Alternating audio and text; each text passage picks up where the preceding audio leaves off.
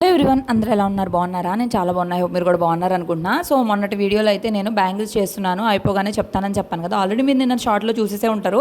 ఆ రోజైతే కుస్తీలు పడి బ్యాంగిల్స్ అయితే కంప్లీట్ చేసా. యాక్చువల్లీ నాకు ఈ కలర్ కాంబినేషన్ మా అమ్మకు ఉందని తెలీదు. చూడగానే వీడియో కాల్ చేసి చూపిస్తే చాలా బాగున్నాయి, నాకు కరెక్ట్గా ఈ కలర్ తీసుకున్న కొత్తగా శారీ అనేది చెప్పింది. చాలా హ్యాపీగా అనిపించింది. అండ్ ఇంకొక వీడియో వచ్చేసి నిన్న వీడియోలో ఫేస్ బాగా వైట్గా కనిపిస్తుందని చెప్పారు. అది నేను చూసుకున్నాను కానీ నాకు టైం లేకపోవడం వల్ల రామేశ్వరం వెళ్ళే హడావిడిలో వీడియో అయితే షూట్ చేశాను. ఇంకైతే దానిలో ఫేస్ కంటే కంటెంట్ చాలా బాగుంది కదా, మళ్ళీ అలాగే వచ్చిద్దో రాదో కంటెంట్ అని చెప్పేసి కూడా నేను అలాగే అప్లోడ్ చేశాను. చాలామంది చూశారు, చాలా థ్యాంక్స్ అందరికీ కూడాను. అండ్ ఇంకొక సిస్టర్ వచ్చేసి మీకు అసలు నిజంగా ఎంతమంది సబ్స్క్రైబర్స్ నేమ్స్ గుర్తుంటాయి అని చెప్పి అయితే అని అడిగారు. నాకు రోజు లేదా ఫ్రీక్వెంట్గా కామెంట్ చేసే వాళ్ళ నేమ్స్ అన్నీ గుర్తుంటాయి. సో వాళ్ళ కామెంట్స్ అన్నీ గుర్తుంటాయి. సో ఇప్పుడు నేను నేమ్స్ చెప్పాను అనుకోండి, ఏదైనా ఒక నేమ్ మిస్ అయినా సరే చాలా ఫీల్ అయిపోతారు, ఎందుకంటే వాళ్ళు చాలా ఎఫర్ట్స్ పెట్టి కామెంట్స్ చేస్తారు కాబట్టి.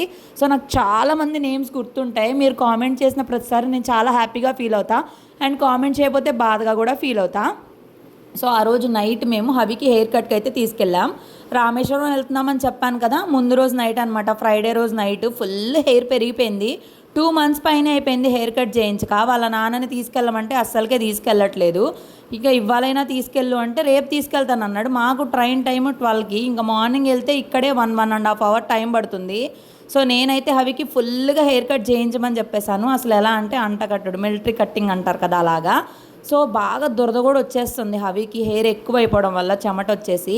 నీకు అస్సలు కూర్చుంటాడా లేదా, లాస్ట్ టైం అయితే చాలా ఏడ్చాడు కదా, ఇంక ఈరోజు అయితే బాగానే కూర్చున్నాడు. కానీ ఫేస్ దగ్గరకు కట్ చేసేటప్పుడు మాత్రం ఫుల్ చిరాకు పడ్డాడు అసలు. అమ్మో, అసలు మాకు చాలా టైం పట్టింది సెలూన్లోనే. 8:30కి అట్లా వెళ్తే మేము ఇంటికి వచ్చేసరికి 10 o'clock అయిపోయింది. నన్ను ఎందుకు తీసుకెళ్లారో నాకైతే అర్థం కాలేదు.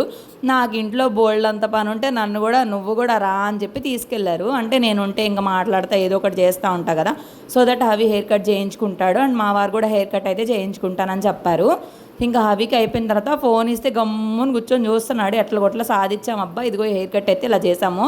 హెయిర్ కట్ చేపిస్తే బాగుంటాడా, హెయిర్ కట్ చేపిపోతే బాగుంటాడో చెప్పండి. ఇంకా మా ఆయన ఏమో రామేశ్వరానికి హెయిర్ కలర్ ఎందుకు, నాకైతే అర్థం కాలేదు. ఎందుకు నీకు హెయిర్ కలర్ అంటే నాకు కావాలి అని వేయించుకున్నారు. ఇంకా దాని తర్వాత ఇంటికి వచ్చేసి ఫ్రెష్ అయ్యి పడుకున్నాం. ఇది నెక్స్ట్ డే మార్నింగ్, సాటర్డే రోజు.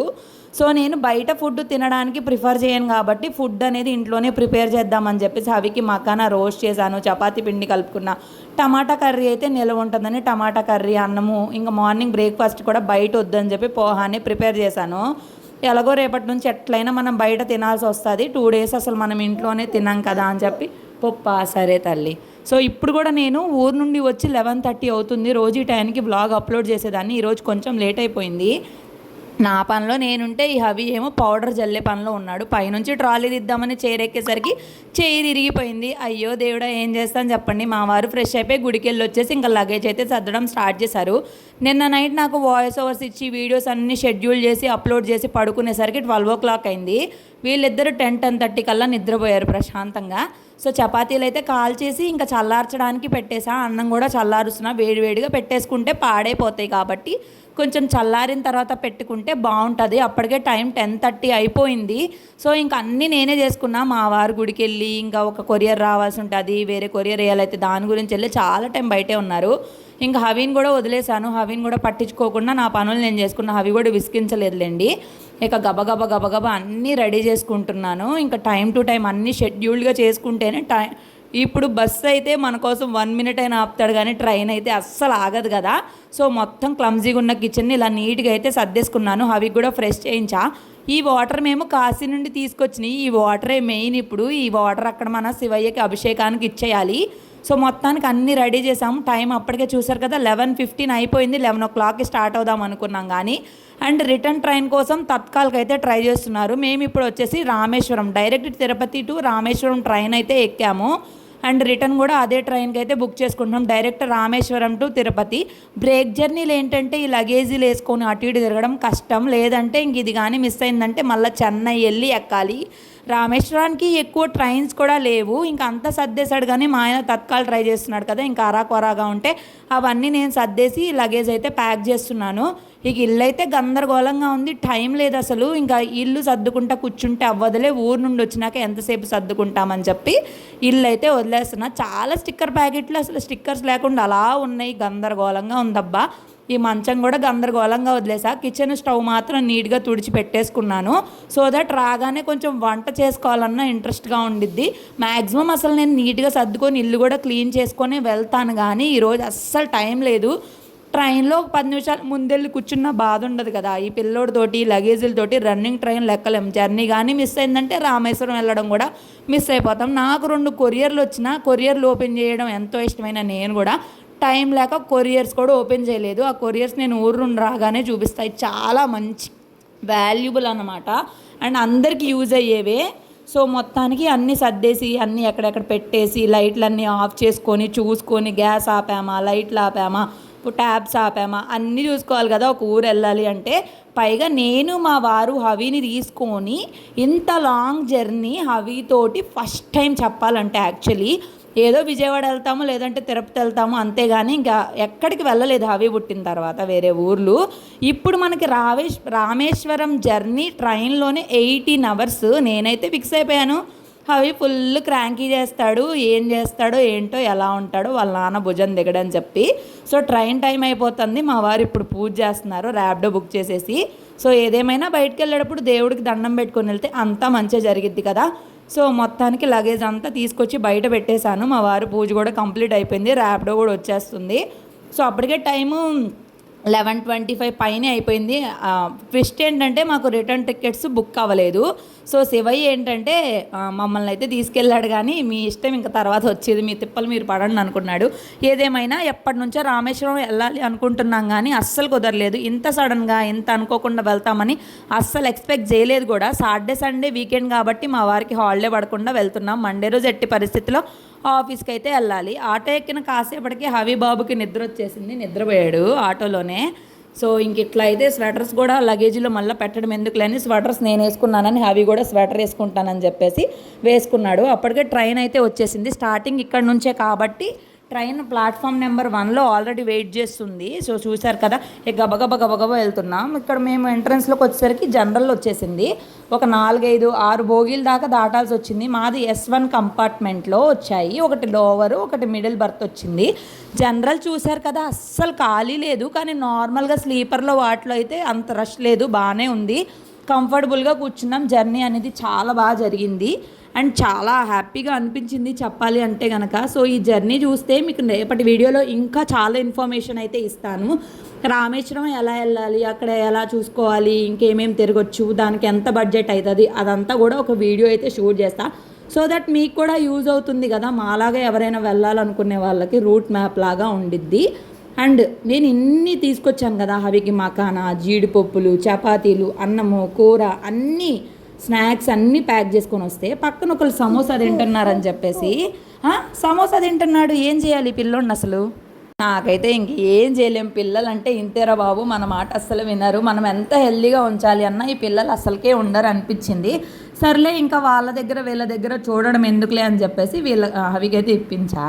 సో మధ్యాహ్నం పడుకుందాం, నాకేంటో బాగా నిద్ర వచ్చేసింది. నా ఇన్స్టాగ్రామ్ ఏమో పద్దాకా క్లోజ్ అయిపోతుంది, నాకు సగం అది తలకాయ నొప్పి వచ్చేసింది చెప్పాలంటే.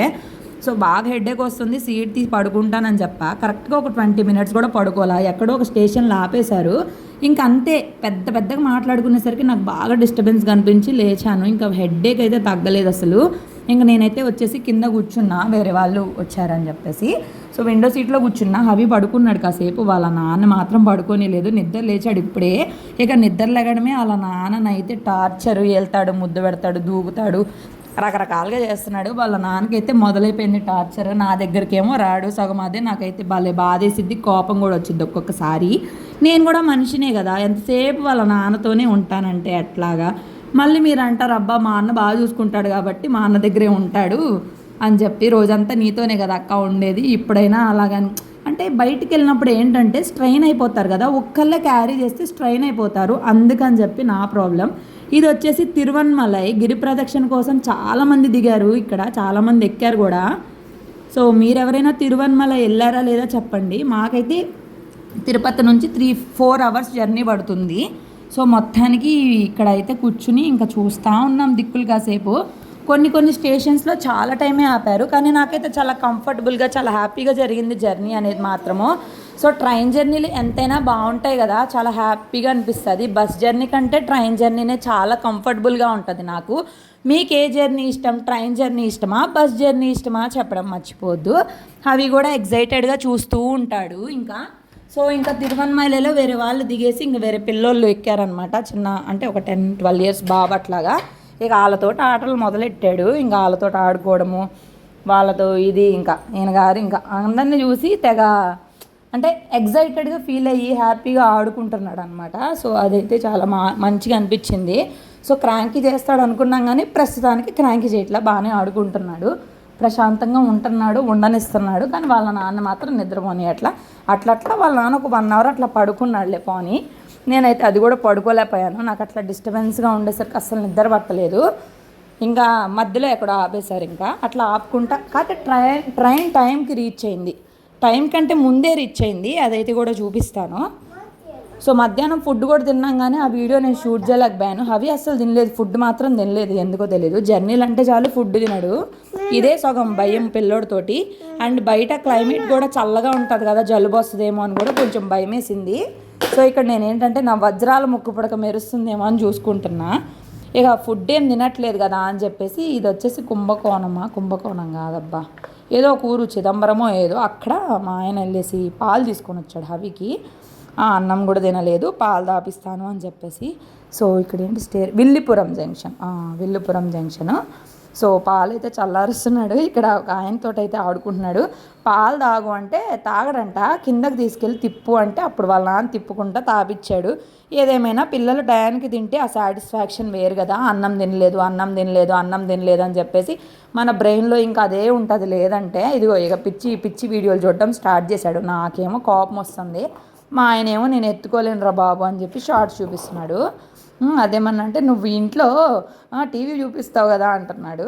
సో ఇక్కడ విండోస్ అయితే ఇంకేసేస్తున్నాం, ఎందుకంటే ఇంకా క్లైమేట్ చేంజ్ అవుతుంది, చల్లగా స్టార్ట్ అవుతుందని చెప్పేసి. సో గ్లాస్ది అయితే వేసుకుంటున్నాను, ఎందుకంటే మీకు కూడా నాకులాగే విండో సీట్ ఇష్టమా. విండో సీట్ ఉంటే చాలు, నాకు ఇంకేం అవసరం లేదు, ప్రశాంతంగా కూర్చుంటా, చక్కగా బయట చూసుకోవచ్చు, హ్యాపీగా బాగుంటుంది, అన్నీ చాలా చూసుకోవచ్చు కదా. అందుకని చెప్పి ఇక్కడ నేను వాయిస్ ఓవర్ ఇస్తుంటే అవి ఇక్కడ అన్నీ పడేస్తున్నాడు. ఇప్పుడు ఇవన్నీ ఎత్తుకోవాలి, నాకు టైం కూడా లేదు. ఇప్పుడు ప్రస్తుతానికి పట్టించుకోకుండా వాయిస్ ఓవర్ అయితే ఇవ్వాల్సి వస్తుంది.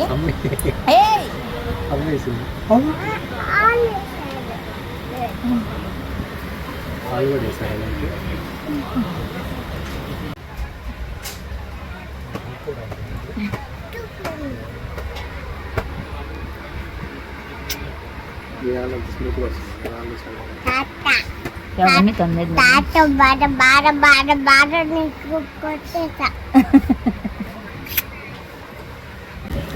తింటా కదా మరి కూర్చో, ఇంకోటి తిందా.